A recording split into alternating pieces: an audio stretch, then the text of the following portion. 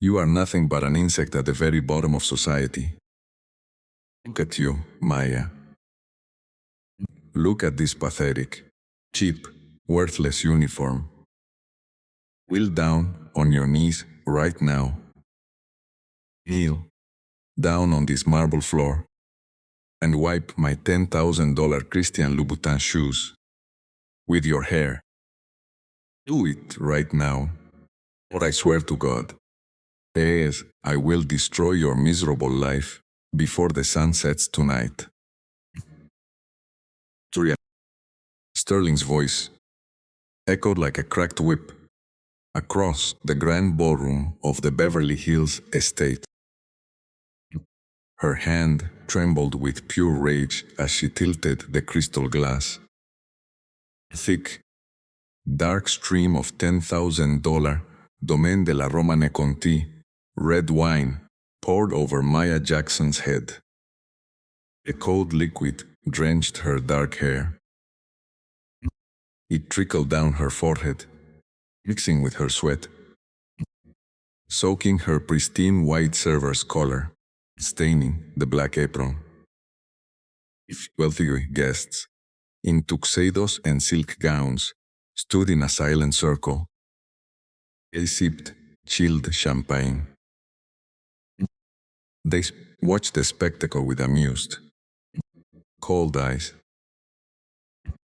Some lifted their iPhones to record the humiliation. Maya stood frozen. Later, her hands shook violently against her sides. She felt the heavy, wet weight of the wine dripping onto her shoes. Every eye in that golden room was fixed on her, waiting for her to break, waiting for her to bend her knees, waiting for her to cry. Victoria Sterling leaned in close, her breath smelling of vintage alcohol and high-end perfume. What are you waiting for, you useless trash? Nell. The humiliation was absolute. The air was heavy with cruel laughter. But to understand how Maya Jackson found herself standing in the center of Beverly Hills, Leal, drenched in red wine, and forced to bow before the most ruthless woman in California. We have turned back the clock exactly 12 hours. 12 hours before the golden doors of the Sterling mansion swung open.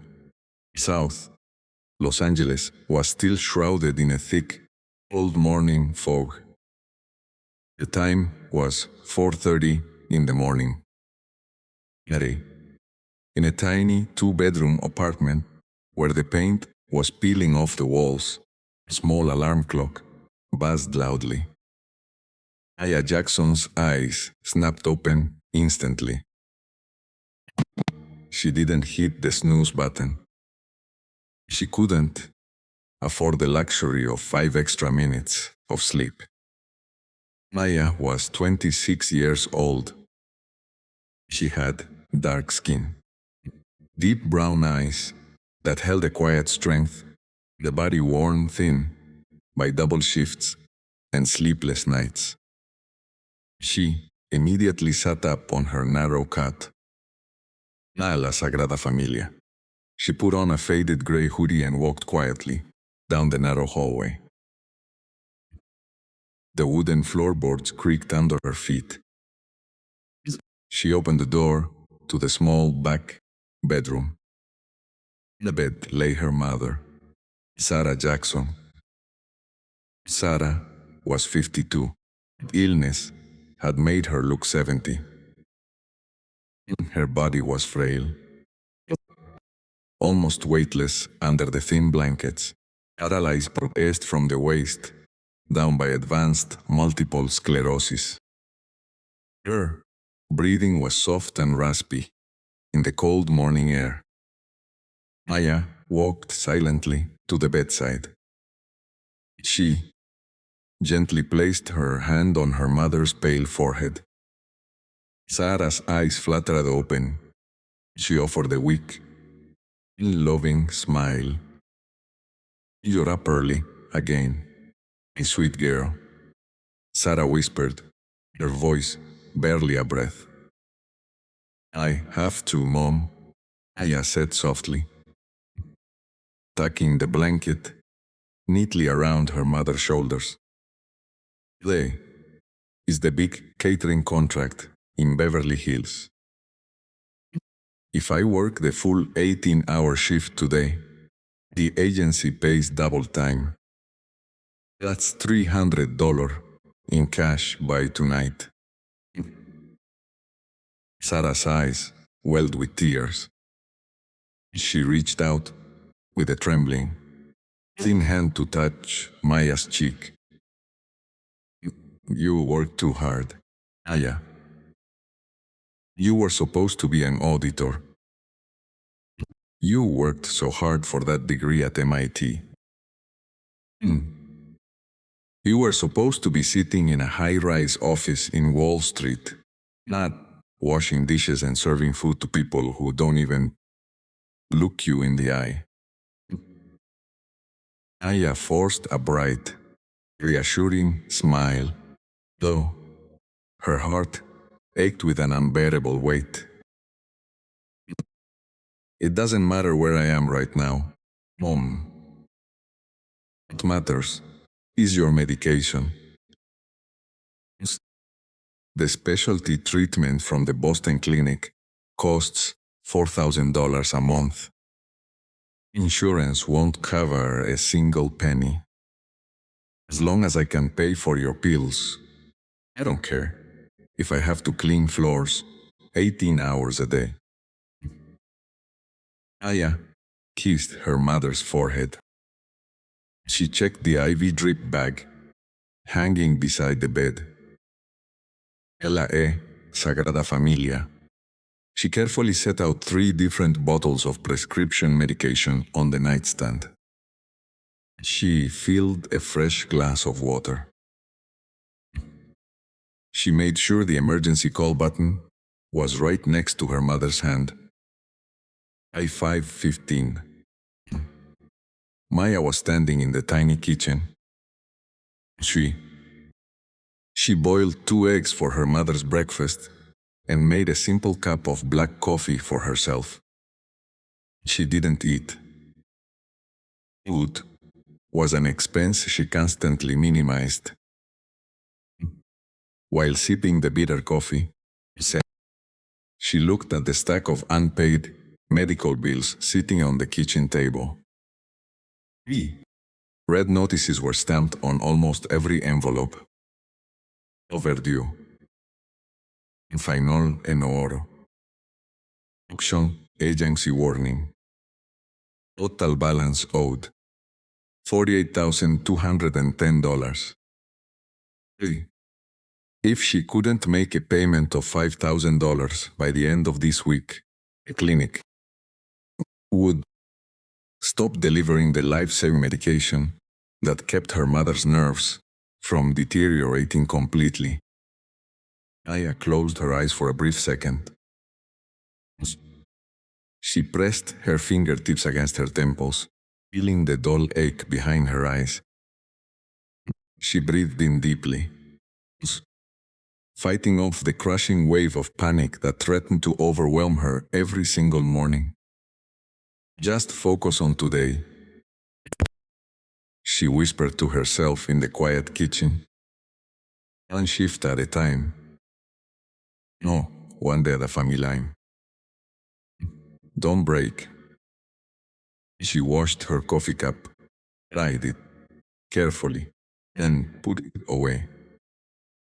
She grabbed her dark canvas backpack. Inside the backpack was her clean server's uniform, a crisp white-collared shirt, black trousers, a black tie, and a plain black apron.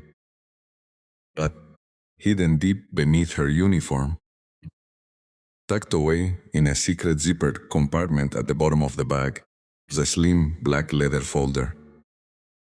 Inside that folder was a set of encrypted flash drives and printed financial ledgers. Maya didn't tell anyone about that folder. Not her mother. Not her friends. Nobody. She zipped her bag shut. They threw it over her shoulder. Checked her watch. It was 5:45. Bus Sagrada Familia. Bus to Beverly Hills left from the corner of 103rd Street in 15 minutes. Sagrada Familia. She gave her mother one last look from the bedroom doorway. I'll be back late tonight. Mom. Nurse Elena will be here at 8 to check on you.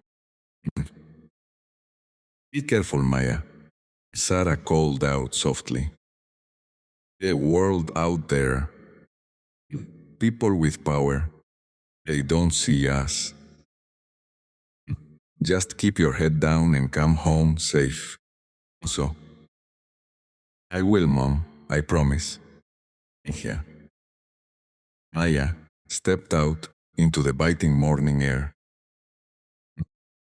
She walked briskly down the dim street toward the bus stop. She had no idea that by 6 o'clock that evening, the world her mother warned her about would try to crush her into the dust. She had no idea that the sterling estate in Beverly Hills would become the battleground that would change her life forever.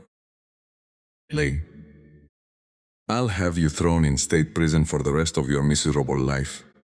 Victoria screamed, her manicured finger clawing at the air inches from Maya's face. You think you can come into my home, ruin my gala, and talk to me about human dignity? Dijo. The room vibrated with the tension of 50 elite onlookers. None of them stepped forward. None of them raised a voice. They stood like stone statues wrapped in tailored tuxedos and silk gowns. Their silence, a quiet seal of approval for Victoria Sterling's cruelty. Maya Jackson did not flinch. She did not blink. The cold domaine de la Romanée, Conti wine, continued to drip from her dark hair, tracking red stains down her chin and soaking into the fabric of her server's shirt.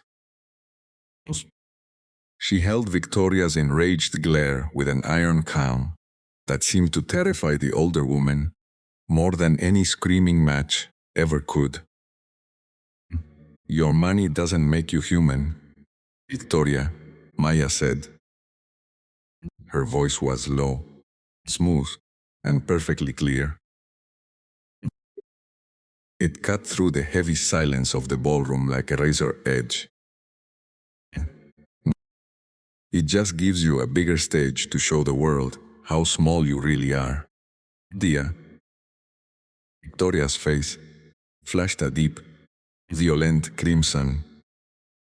She raised her right hand, palm open, her diamond-encrusted bracelet catching the chandelier light as she swung it toward Maya's face with all the force in her body.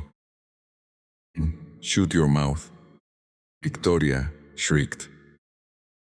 The slap never landed. A heavy, ice-cold hand clamped down around Victoria's wrist in midair. The force of the grip stopped her arm dead. Victoria gasped in pain, spinning around to see who dared touch her in her own mansion. Standing beside her was an elderly man with silver hair, piercing blue eyes, and an impeccably tailored dark navy suit. His face was carved from granite, devoid of any warmth or warmth's illusion. Beside him stood 4 men in dark charcoal suits, carrying leather briefcases, their LAIJ, their tactical badges subtly visible under their jackets. It was Arthur Vance, the chairman of Global Apex Holdings, the undisputed titan of Wall Street, whose investment firm held 80% of the Sterling family's corporate debt and owned the land beneath the very mansion they stood in. Arthur, Victoria gasped, her voice dropping an octave as she tried to pull her hand back. Thank God you are here. This filthy catering girl attacked me. She spilled wine on herself and tried to steal from the main parlor. I was just having security handle her. Sang. Robert Sterling, Victoria's husband, came rushing through the crowd, pale-faced and sweating profusely through his collar. Mr. Vance, welcome. Sir. Please, excuse this chaotic scene. We are handling this lower-class disruption immediately. Arthur Vance did not look at Robert. He did not look at Victoria. His grip remained firm on Victoria's wrist for 2 long seconds before he released it with disgust, as if touching garbage. Arthur stepped past the billionaire couple. He walked directly up to Maya Jackson. The crowd held its collective breath, expecting the Wall Street legend to order the immediate removal of the drenched waitress. Instead, Arthur Vance stopped 2 feet away from Maya. He slowly inclined his head, bowing deeply from the waist in a gesture of profound respect. We are late, Miss Jackson, Arthur said, his deep voice carrying to every corner of the silent hall. The federal auditors and the legal team have finalized the filings. The board is waiting for your signal. The entire ballroom went dead silent. You could hear the faint drip of wine falling from Maya's hair onto the polished marble floor. Victoria's mouth hung open. Robert Sterling stumbled backward, his hand catching the edge of a mahogany table to keep from falling. What did you just call her? Victoria stuttered, her voice high and panicked. Arthur, what is this joke? She's a catering temp. She works for $300 a night. Thor turned his head slowly to look at Victoria. His eyes were colder than Arctic ice. $300 a night? Arthur asked quietly. His catering temp, Mrs. Sterling, is Dr. Maya Jackson. She holds a doctorate in forensic financial engineering from MIT. And as of 4 o'clock this afternoon, following the liquidation of your family's defaulted mezzanine loans, she is the majority owner of Global Apex Holdings. Arthur reached into his pocket and pulled out a clean, white linen handkerchief. He offered it to Maya with both hands. She owns 51% of everything you think you possess. Arthur added, turning back to the stunned crowd. Including the mortgage on this house, the leases on your luxury vehicles, the debt notes funding, Sterling Enterprises. Maya took the linen handkerchief. She calmly wiped the dark wine from her face and eyes. She didn't show triumph. She didn't show anger. She showed only the cold, The unyielding precision of someone who had spent 5 long years waiting for this exact minute. That's impossible. Victoria screamed, her voice cracking into a panicked screech. She's a nobody from South LA. Her father was a broke, bankrupt contractor. Hello. My father was Marcus Jackson. Aya spoke up, stepping forward. La Sagrada Familia, the man whose construction firm built the Sterling Tower 20 years ago. The man your husband framed for embezzlement when you needed a scapegoat to cover your offshore tax accounts. You bankrupted my family. You drove my father to an early grave. And you left my mother without medical care while you drank $10,000 wine out of crystal glasses. No. Maya reached into her server's apron. She didn't pull out a towel. She pulled out a slim, cryptid, metallic drive and a stack of federal court orders signed by a United States district judge. Zit. She handed them directly to the lead agent standing behind Arthur Vance. Agent Miller, Maya said calmly. The offshore account, routing numbers, the double-entry bookkeeping logs, and the wire transfers proving systemic wire fraud and tax evasion spanning 15 years are all fully decrypted on that drive. The lead agent nodded once. He stepped past Maya and produced a pair of steel handcuffs. Robert Sterling, Victoria Sterling, Agent Miller announced loudly. You are under arrest by order of the Federal Bureau of Investigation and the Internal Revenue Service for grand financial fraud, tax evasion, and conspiracy. No. No, get your hands off me.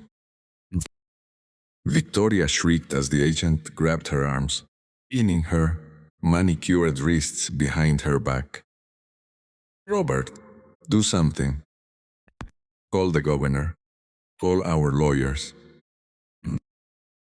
Robert Sterling didn't call anyone.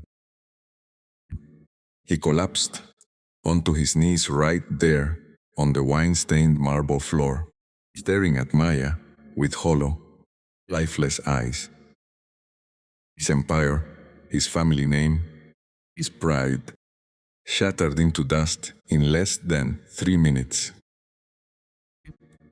Victoria struggled against the cuffs, her diamond, hairpiece, falling out and hitting the floor with a tiny clink. She looked at Maya, her eyes wide, with unadulterated terror and humiliation. Maya, please. Victoria sobbed. The arrogance completely stripped from her voice, leaving only the pathetic whimpering of a caught criminal. Please, we can negotiate. Take the house. Take the company. Just don't do this to me. Look at me. I'm begging you. Custodio. Maya Jackson stood tall, looking down at the woman who had demanded, she kneel just minutes prior. You told me to kneel and clean your $10,000 shoes with my hair because I was an insect at the bottom of society, Maya said, her voice dropping into a solemn, heavy cadence. You were right about one thing, Victoria. Though wine was expensive, it couldn't buy you the one thing you just lost forever. Your dignity, your dignity. La Sagrada Familia. Maya turned her back on the crying billionaire as the federal agents dragged Victoria Sterling out through the front doors, en la Sagrada Familia, right past the 50 guests who were now recording every second of her downfall for the world to see. She was right down on her knees. Robert stammered, "Sagarasheke," his body shaking uncontrollably as the federal agents hauled his screaming wife out into the crisp evening air.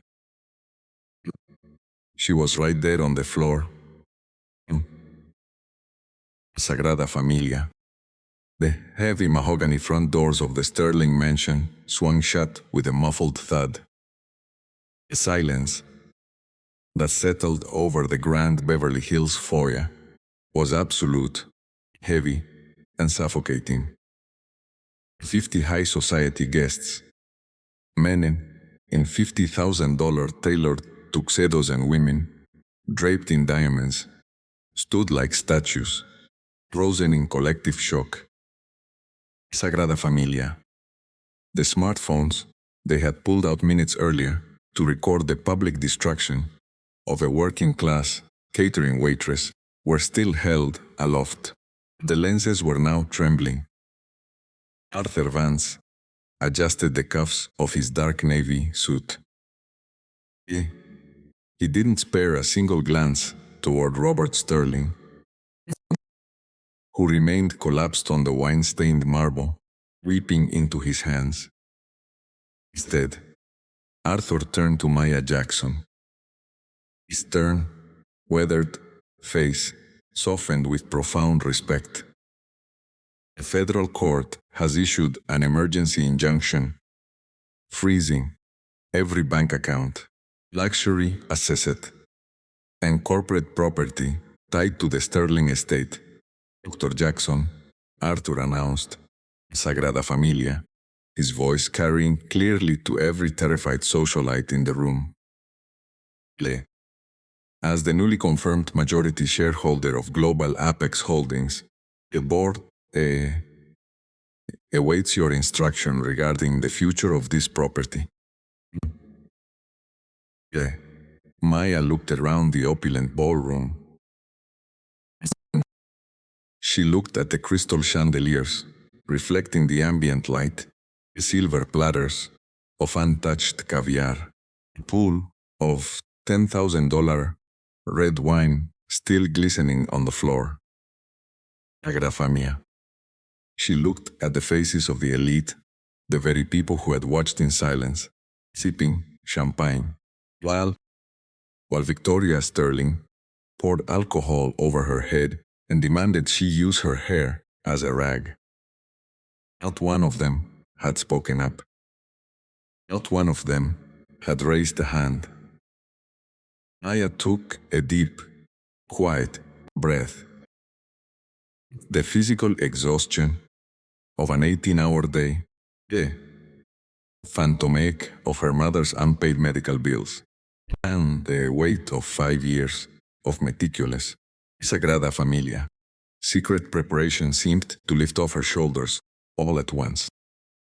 Liere Sagrada House, Maya said softly, though her voice cut through the room like iron.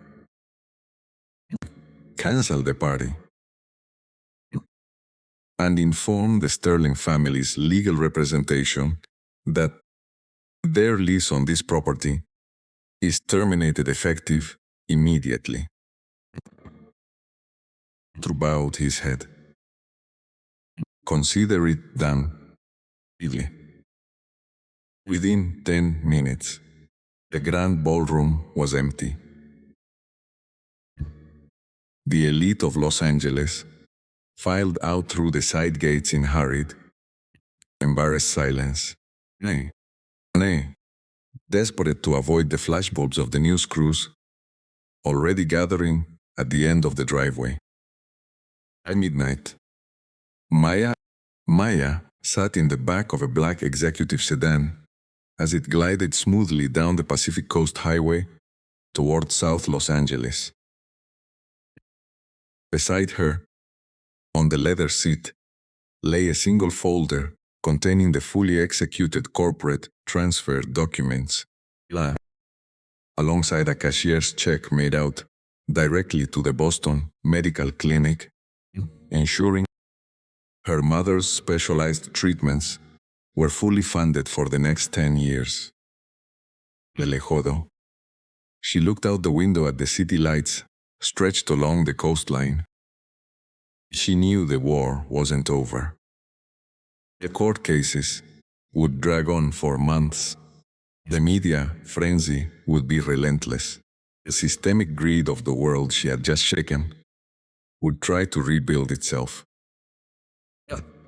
As she touched the small, dried wine stain on her collar, a faint, resolute smile touched her lips. She hadn't kneeled. She hadn't broken.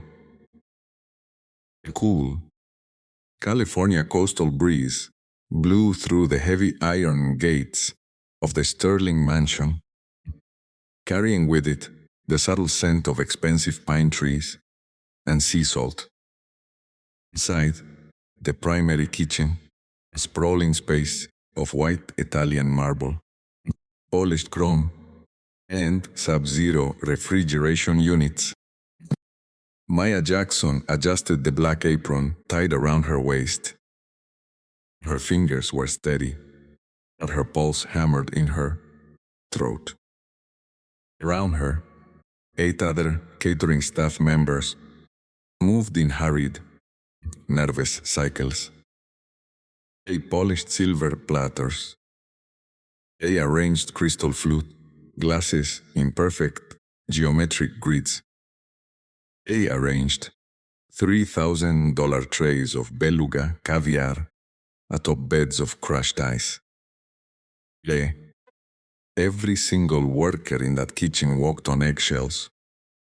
They all knew the reputation of Victoria Sterling. "Maya, listen to me," whispered Julian, a young 19-year-old busboy who was working his very first high-end event. His hands were trembling so badly he could barely stack the dessert plates. The head coordinator told us, if we make even one mistake, if a single drop of water touches the tablecloth, Mrs. Sterling won't just fire us. She'll call the agency and make sure we get blacklisted across the entire county. Segra. Naya turned her head slowly, looking into Julian's terrified eyes. She reached out gently, placing a calm hand on his shaking wrist. "Take a deep breath, Julian," Maya said softly, her voice an anchor of quiet stability in the frantic room.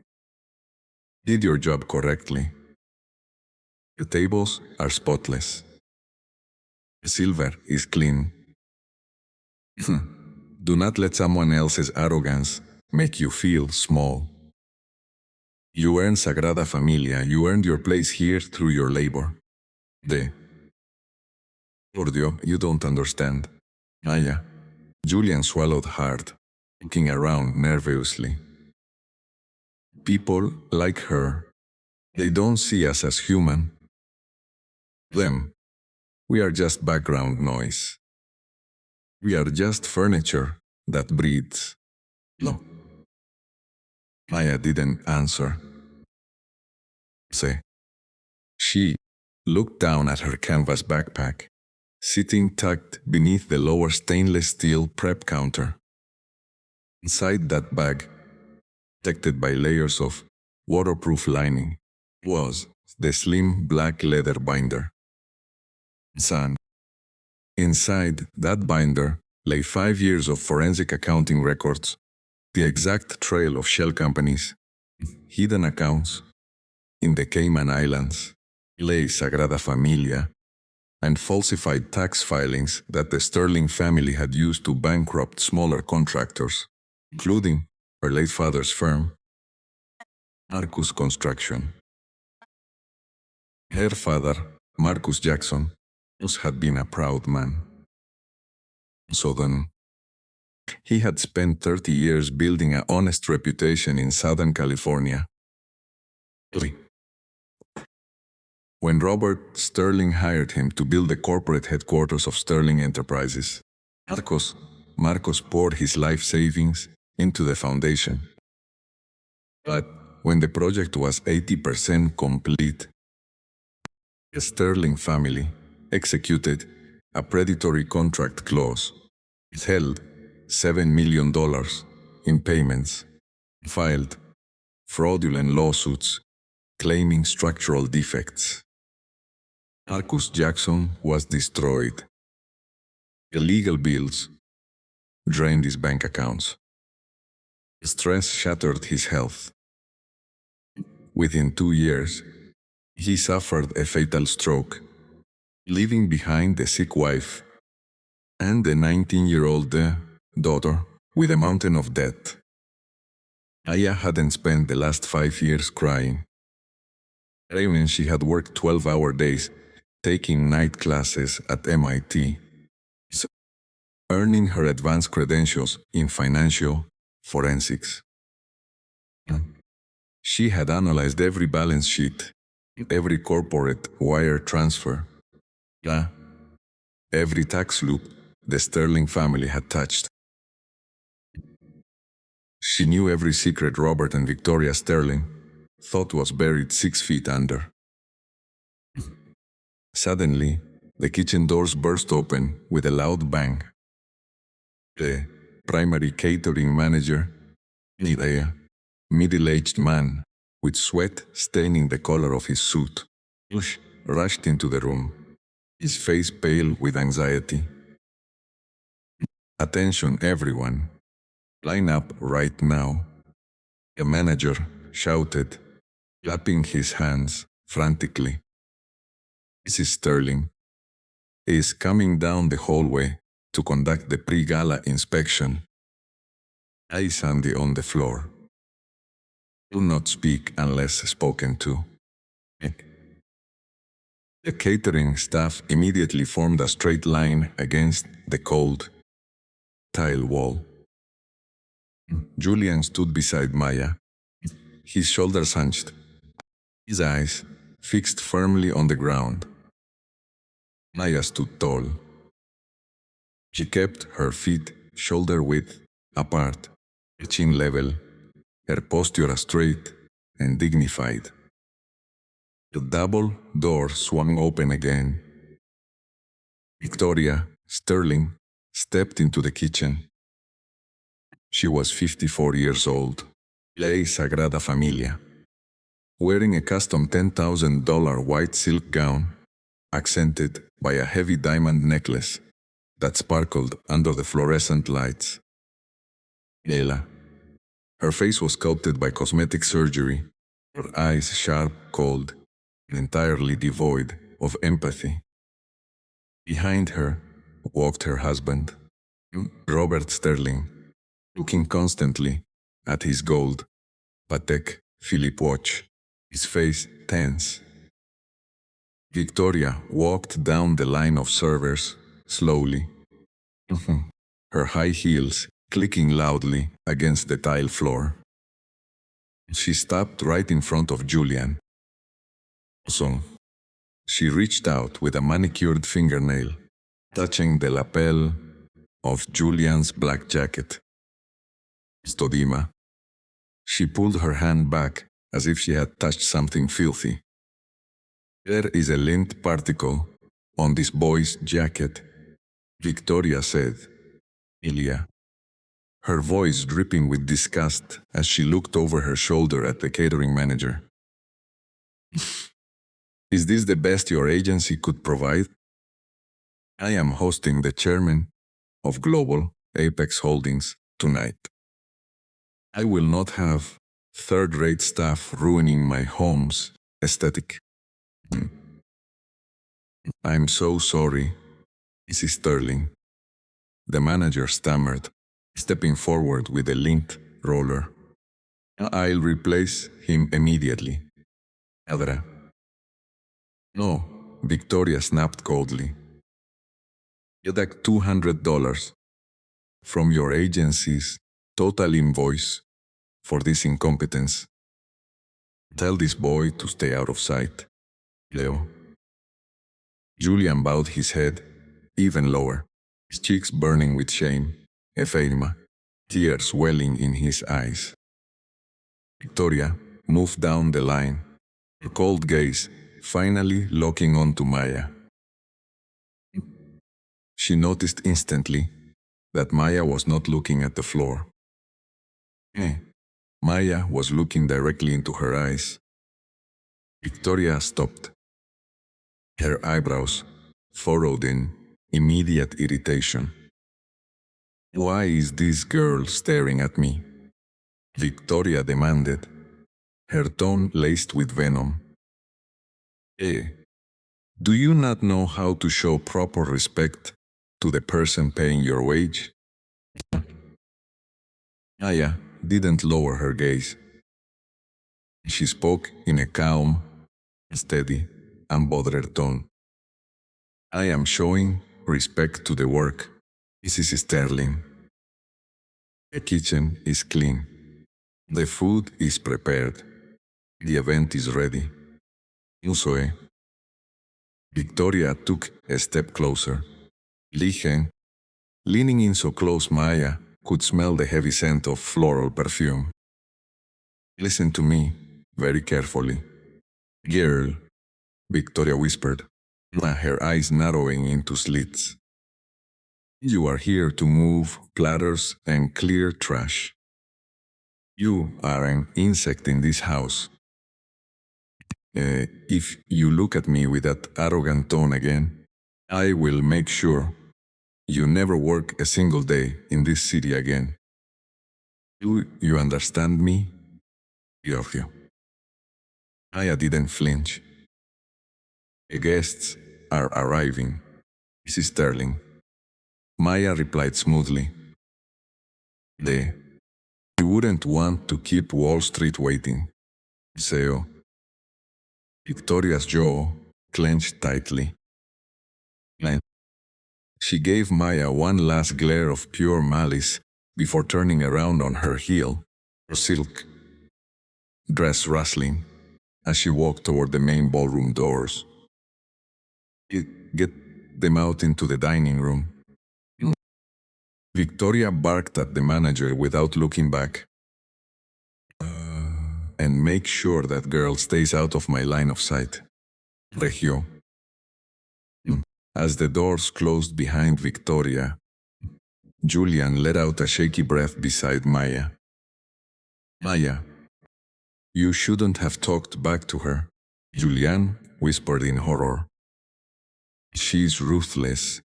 She destroys anyone who crosses her. Awaja. Maya looked at the closing doors. Quiet, cold calm settling over her chest. A wall built on stolen money. Look strong.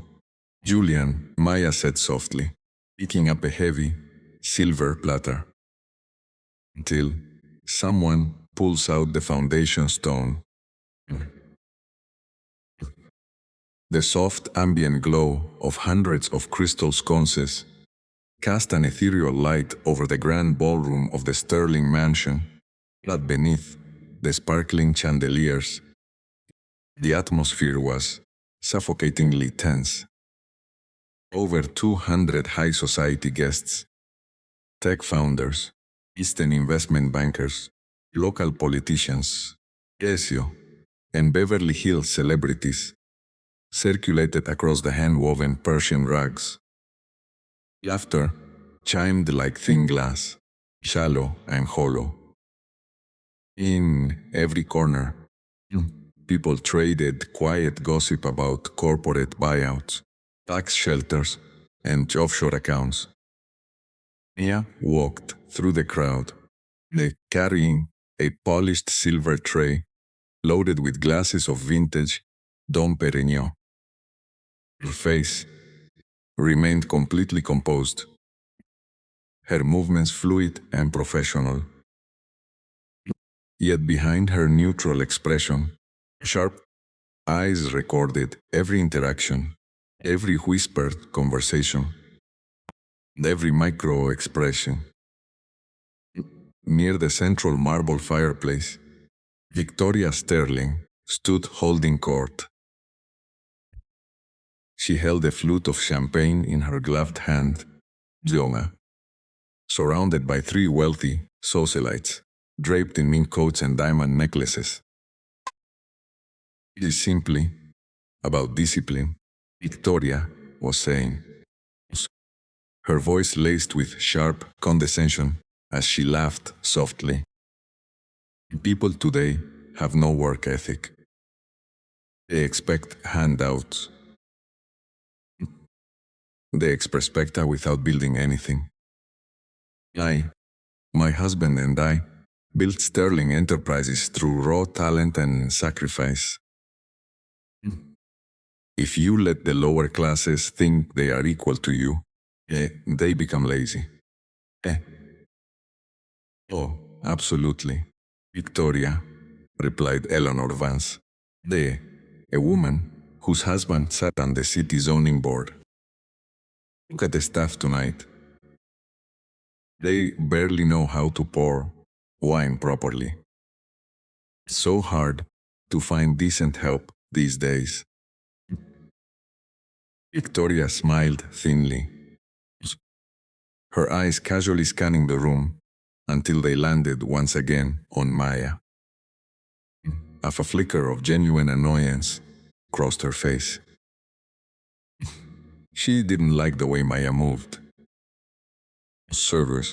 Most servers walked with their heads down, careful to minimize their presence, eager to please. Maya moved with an unmistakable, quiet dignity, a posture that suggested she didn't belong to the lower tier Victoria so desperately needed her to occupy. Victoria signaled with her index finger, a sharp commanding motion. Maya stopped in her tracks, turned smoothly, and walked toward the circle of women. Yes, Mrs. Sterling, Maya asked, holding the silver tray perfectly level. Victoria didn't answer immediately.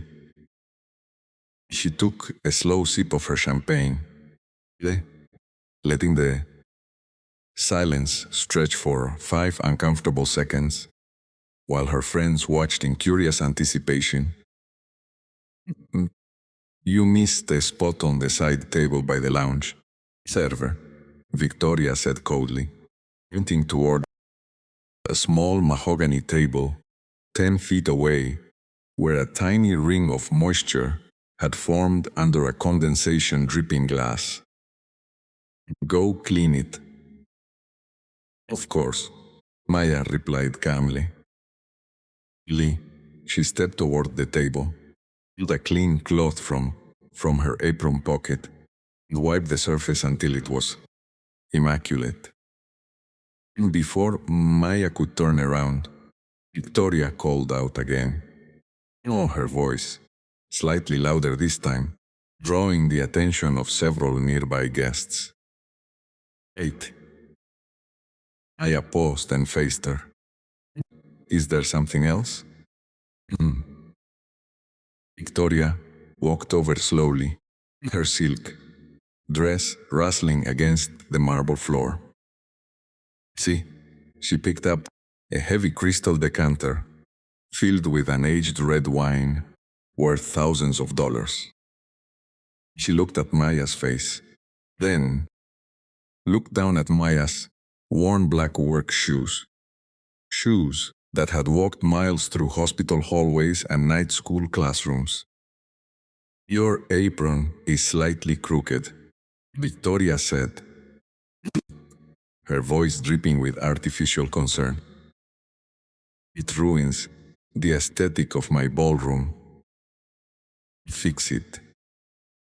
Maya reached down with one hand,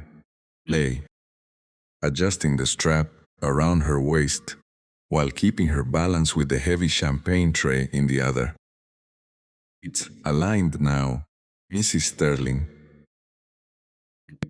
Victoria's lips curled into a disdainful smirk. She leaned closer, lowering her voice, so only Maya and the immediate circle could hear. You think you're clever, don't you? Victoria whispered, her eyes flashing with venom. Say, I saw the way you looked at me in the kitchen. You think, because you wear a clean uniform and keep your mouth shut, you're somehow above this?